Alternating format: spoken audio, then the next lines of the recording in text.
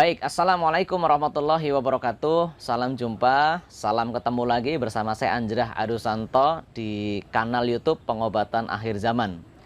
Pada kesempatan kali ini saya kedatangan tamu dari Lampung, namanya Pak Abdul Hamid. Assalamualaikum. Waalaikumsalam warahmatullahi Wabarakatuh. Nah, beliau ini dari Lampung, alhamdulillah hari ini hadir di Ayub Camp, dan dalam kesempatan kali ini kita akan ajak beliau sharing tentang PAZ sharing tentang PAZ.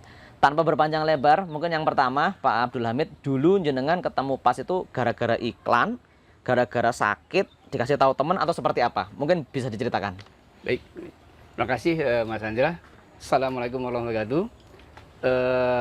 Baik, saya akan bercerita tentang bagaimana saya kenal PAZ Al-Kausau. Pertama kali saya kenal PAZ Al-Kausau ini adalah dari salah satu teman saya, itu teman pengajian lah bisa dikatakan begitu.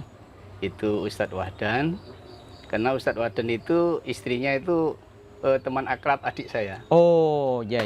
Dari beliau akhirnya beliau menceritakan ada salah satu teknik penyembuhan yang menurut beliau sangat ajib lah begitu, sangat ajib. Terus beliau ceritakan bagaimana pandangan beliau tentang PAZ Al-Kausau, dan karena saya itu ada latar belakang pendidikan biologinya, biologi gitu ya, sehingga dengan kaidah Al-Mu'minun 12-14 itu kok ya melebu banget gitu loh. Kok cocok banget. Selama gitu. ini gak kepikiran ya Pak? Iya gitu. Akhirnya saya kejar beliau. Kira-kira Mas kapan mau ada pelatihan? Oh ya, nanti saya cari informasi. Nah, kebetulan beliau itu ikutnya Maret 2019 gitu. Dan Aprilnya kebetulan ada kelas offline pada saat itu di Semarang. Semarang. Ya, di Semarang kalau tidak salah tanggal 29-30 April. Saya ikut kelas basic di Semarang, lalu tanggal 5-nya kalau tidak salah 5 Mei-nya itu saya ikut upgrading jantung sama apa ya? Dulu jantung sama benjolan. Iya, jantung sama benjolan. Masih jadi satu dulu. Iya, insya Allah. Nah, itulah kira-kira perjalanan saya mengenal PAZ Al-Kausau. Wah, Masya Allah. Dan beliau dari Lampung ke Semarang belajarnya. Iya, wah, luar biasa. Ini sosok semangat para pencari ilmu yang patut kita contoh ya gitu. Nah, sepanjang perjalanan Pak Abdul Hamid, dari menjenengan pertama belajar sampai saat ini gitu, estimasi sudah terapi berapa pasien Pak? Estimasi untuk terapi pasien ya, kurang lebih kalau saya anggap rata-rata satu hari satu itu ya mungkin ya 1000-an lebih lah, kurang lebih. 1000-an lebih. Iya, insya Allah. Ngapunten, selain ngepas jenengan ada kesibukan lain atau memang hanya pas saja saat hanya ini? Pas saja. Oh, hanya pas saja. Iya. Masya Allah. Sampai mendedikasikan diri jadi pas trooper ya berarti ya. Wah, luar biasa. Nah, Pak Abdul Hamid mungkin bisa berbagi ya. Jadi berbagi di antara pasien yang sudah jenengan bantu ya. Mungkin coba ceritakan 3 gitu. Yang itu menurut panjenengan, ini pas luar biasa gitu.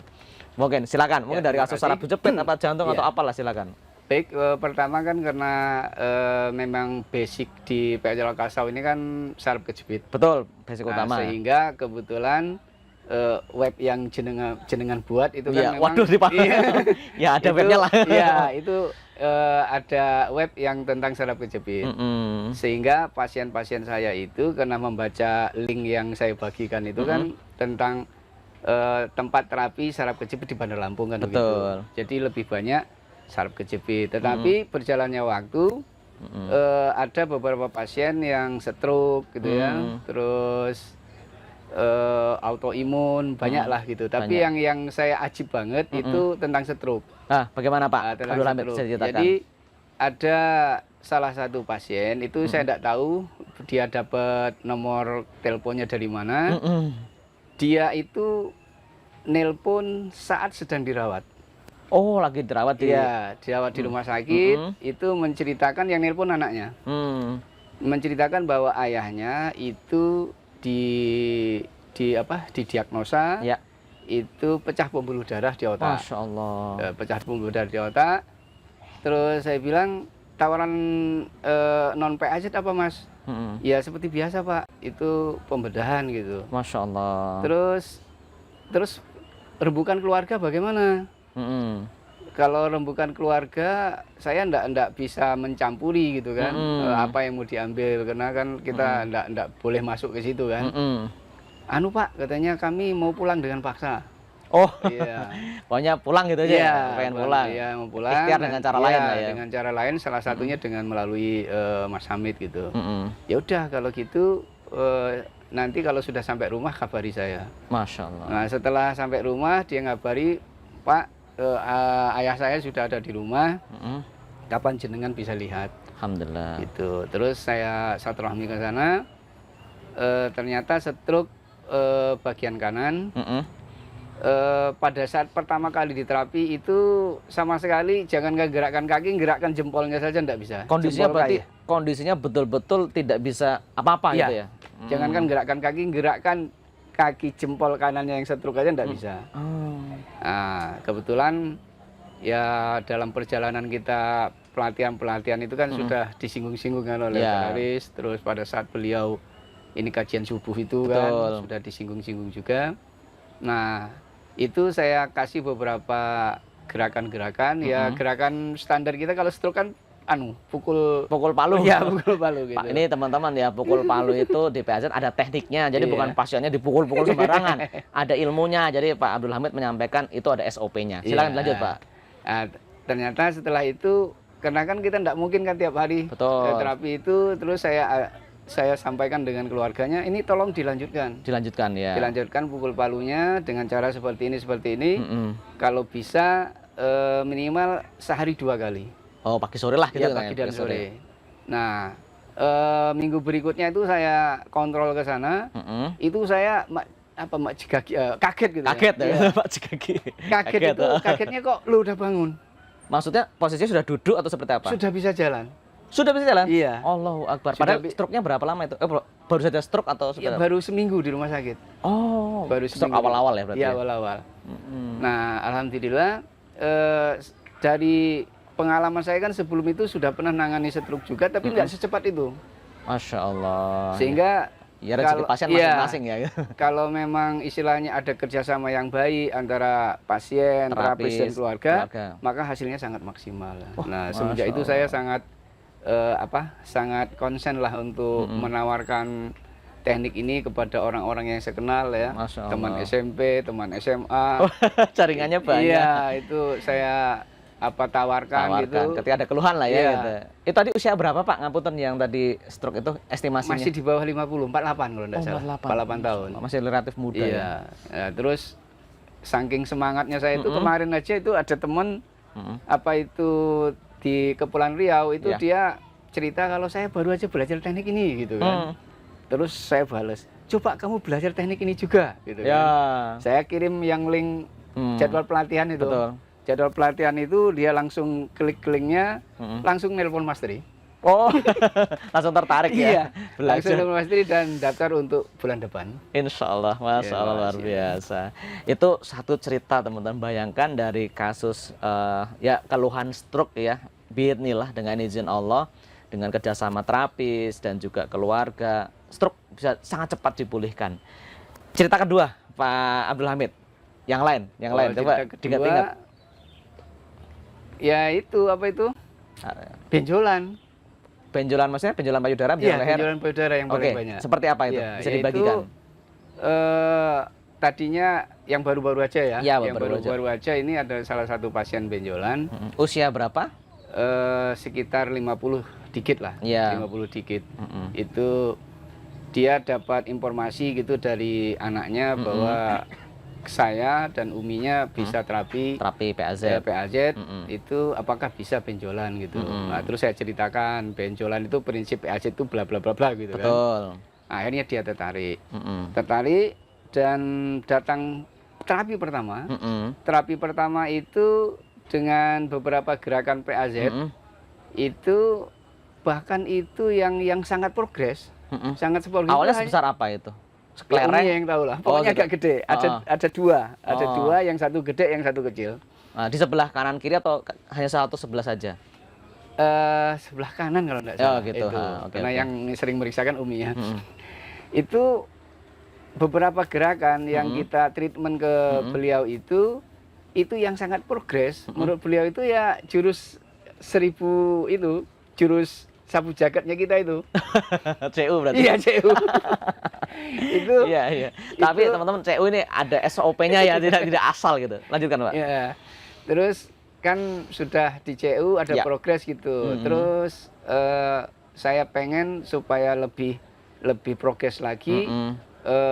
Saya kasih beberapa jurus yang lain, tapi dia si pasien itu tetap minta yang paling progres ini gitu. Oh, alhamdulillah. Sehingga dia kalau ini kontrol itu lebih banyak di CU daripada teknik yang lain. Tapi dari cerita dari istri antum, perkembangan dari si pasien atau pengakuan dari pasien itu mengecil atau seperti apa? Atau udah hilang malah? Yang satu udah hilang malah. Tadinya 2 benjolan? Iya. Sudah hilang? Mm-mm. Masya Allah. Dan dia sangat senang sekali karena dia sebenarnya dapat informasi bahwa saya dan Uminya bisa terapi itu sudah lama dari anaknya. Tapi dia masih ragu-ragu, opo yo? Oh iya, gitu. Opo yo gitu. Dan padahal di pihak non medis itu sudah ditakut-takuti. Bla bla bla bla gitu. Ada diangkat dan sebagainya ya. Gitu. Nah, begitu datang pertama kali itu sampai nangis. Kenapa saya kok nggak dari begitu dikasih informasi gitu? Ya, ya tapi takdir Allah juga. Iya, saya bilang itu rahasia Allah. Rahasia Mungkin kalau Allah. jenengan datangnya itu begitu dikasih informasi, datang mungkin kena saatnya belum sembuh ya mungkin belum sembuh. Ya, belum dia sembuh. bilang gitu. Masya Allah, benar itu akidah yang Iya. penting disampaikan. Itu yang kedua, Pak. Tadi stroke, terus ini benjolan. Satu lagi, Pak, yang mau jenengan tuh luar biasa. Yang ini apa itu kasus bayi. Bagi Iya, kepada kita. kasus bayi. Jadi ada ini salah satu pasien kita, orang tuanya gitu WA ke kita juga nggak tahu juga dapat informasinya dari mana, mungkin dari web gitu mungkin dari web Ya itu. biasanya teman-teman udah pasti paham Iya. lah, oh Lampung ini Iya, kan banyak itu. yang kenal gitu kan. Nah, itu pada saat itu bayi itu umur 4 bulan. Iya, keluhannya Pak. Ya, keluhannya kalau menurut non PAZ itu medeni gitu. Apa itu? Menakutkan. Namanya apa?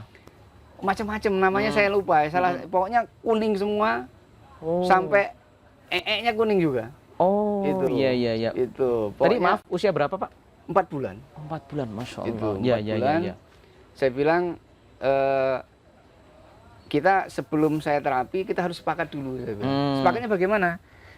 Teknik yang saya tawarkan ini tidak ada janjian kesembuhan. Saya bilang. Oh iya, harus di awal seperti Iya, itu, itu. betul. Yang nyembuhkan Allah. Kalau jenengan yakin, karena ini teknik ini tidak familiar gitu di orang tidak umum familiar, gitu. betul. Itu sehingga apa ngepeh nek cara Jawanya itu kan. Apa itu, Pak? Ya bedong. Oh iya, Gitu. harus dikasih landasan Iya, berpikir dulu ya. Nah tapi bedongnya itu Ada harus ilmu pasnya. ya, ada ilmunya. Setelah saya periksa begini-begini, nah bedongnya begini, Pak. Mas gitu. Jenengan harus tega. Itu dia nangis apa itu biarkan, karena kan paling hanya 5 menit 10 menit kan nangis Iya, ya. tapi tujuannya Iya, baik ya. Anggap aja itu olahraga harian dia. Alhamdulillah itu sekitar 2 minggu sudah progres. Alhamdulillah, Masya Allah. Sudah kalau tidak salah tinggal matanya yang kuning. Kencingnya sudah tidak kuning lagi, BAB-nya udah tidak ini. Artinya ada progres. Iya, ada progres gitu. Masya Itu- Allah. itu Tapi yang- di follow up sampai itu dinyatakan sembuh atau seperti apa? Terakhir dia cerita itu udah sembuh. Allahu Akbar. Itu. Pastilah bedong ya. Iya. Pastilah itu, bedong. insya Allah. Wah, luar biasa. Itu kiprah Pak Abdul Hamid, kalau diurai satu-satu ya pasti akan banyak ya. Insya Allah. Tapi di luar itu beliau ini sekarang diamanai sebagai ketua pasti area Lampung ya, Ya, Pak. insya Allah. Area Bukan- Lampung. Sekarang udah menurunkan diri Lah, jadi sekretaris saja. oh alah. Sekarang ketuanya Pak Ketuanya Ustadz Wadan. Ustaz Wadah. Iya. Nggak apa-apa lah, masih pengurus ya. Nah, teman-teman yang di area Lampung ya, nanti coba Pak disampaikan antum alamat di mana, geria sehatnya apa, nomor telepon berapa, supaya nanti teman-teman yang orang Lampung kelas online ataupun offline yang ingin komunikasi, ingin kopdar, nanti bisa hubungi pengurus itu. Sampaikan Ya, monggo terima Pak. kasih Mas Anjelas. Baik teman-teman semua yang terutama alumni Pelatihan baik PAS, offline atau online yang domisili Lampung khususnya, dan khususnya Bandar Lampung. Saya tinggal itu di perumahan Bukit Kemeling Permai. Orang Lampung atau orang Bandar Lampung itu mengenalnya BKP.